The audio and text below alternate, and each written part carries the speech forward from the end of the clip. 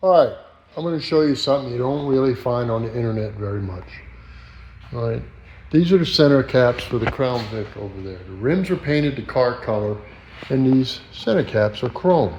Well, they're base metal, and it's like a tin, like hubcap metal. I'm not sure exactly what the composite of the makeup of the hubcaps are, but here's the deal. It's probably a tin and alloy mix.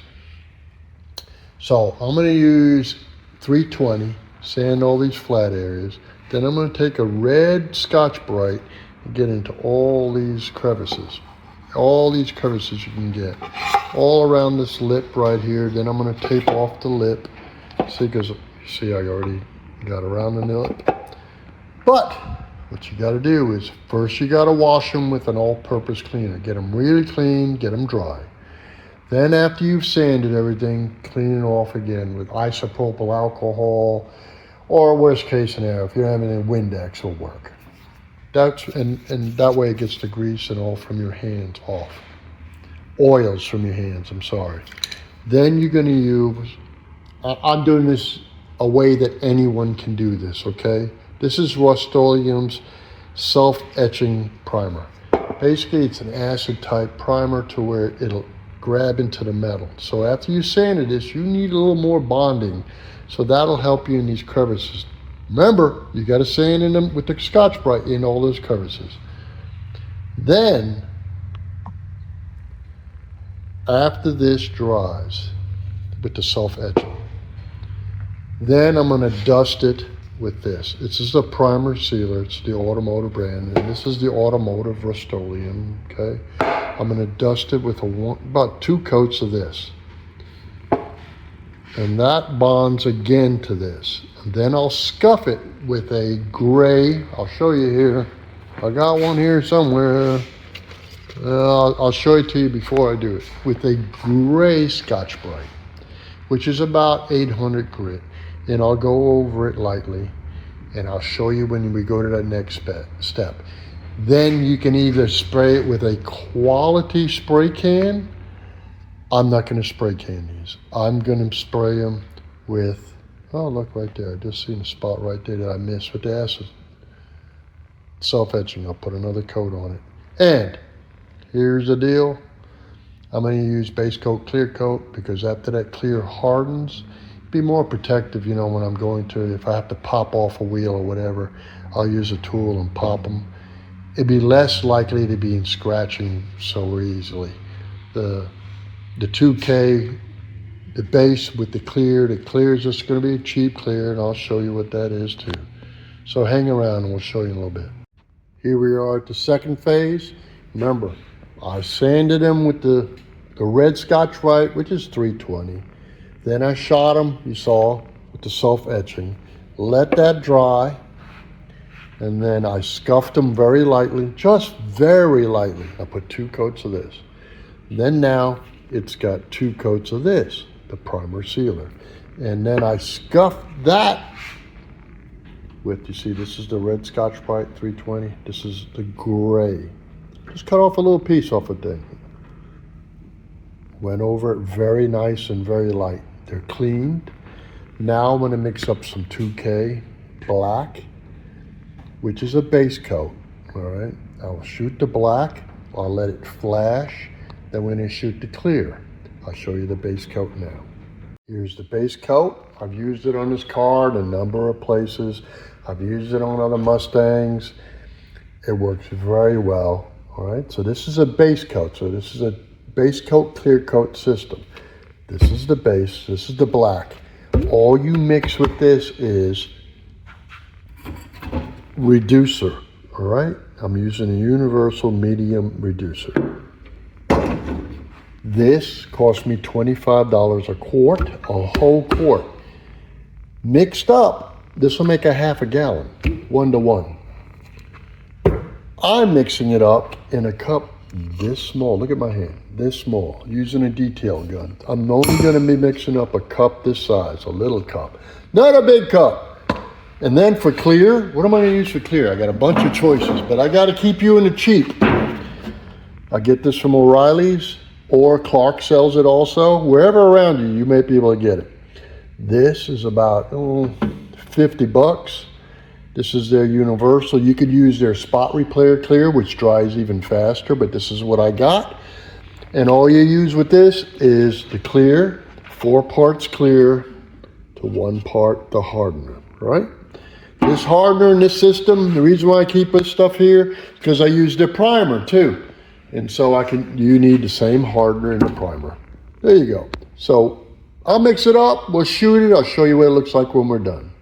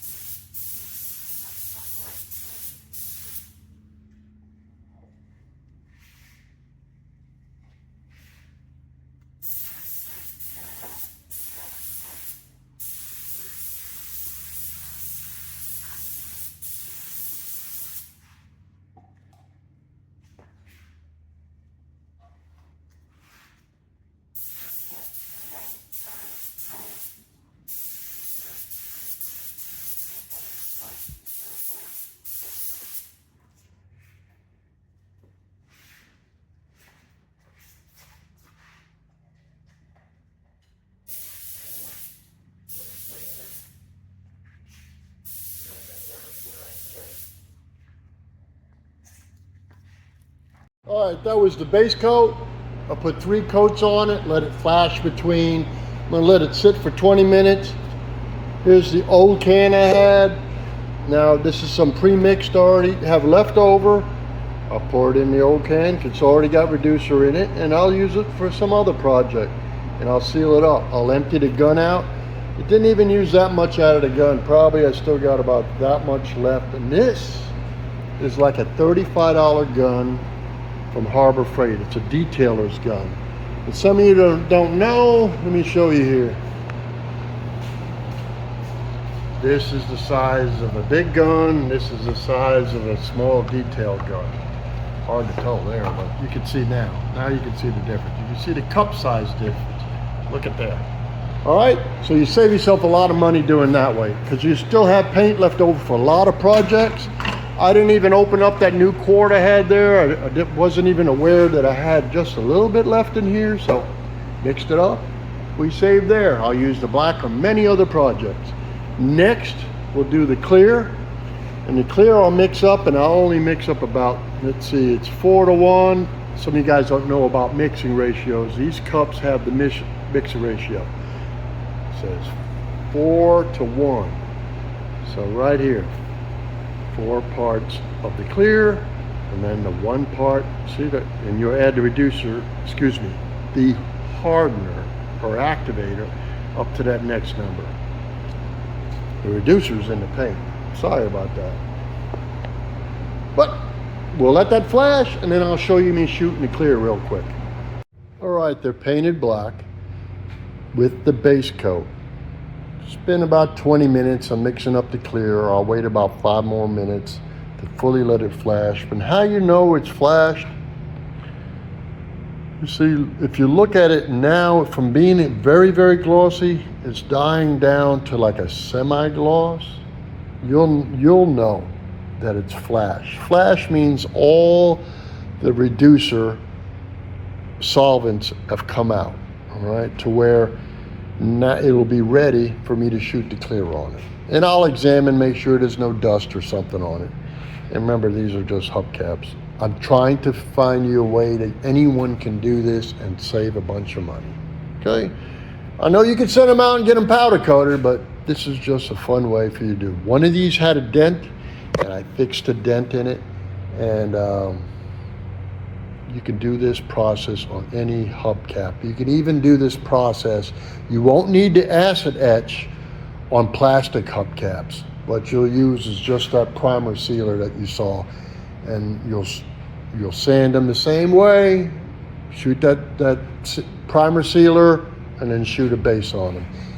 The base, a quart of base, or even buying a pint of base goes a long, long way in your product line of keeping stuff on your shelves. All right, so We'll let this flash for another 5 minutes while I prepare to clear, get the gun ready. You got to clean the gun out between the base coat and the clear coat. Clean the gun out, I clean it with lacquer thinner, and then take it all apart, which is just unscrewing the nozzle and washing everything, getting all the color out of it. And now, also, since it's got lacquer thinner, run air through it to make sure all the thinner is evaporated. And now you're ready to add the clear to it. The clear is all mixed up. Look how much clear we're using. This is a small little cup. And you'll see we're only using up to here, right there. And this is a small cup. To give you a better idea of the size of the cup, that's a very small mixing cup. There's a medium mixing cup. And there's the big mixing cups. So you see how small of an amount I'm going to use. So for projects, this is the way to do it. Real quick, wear a good mask, wear gloves, protect yourself, well-ventilated area, and shoot it at a lower pressure. You don't want to fog up the whole place. Here we go.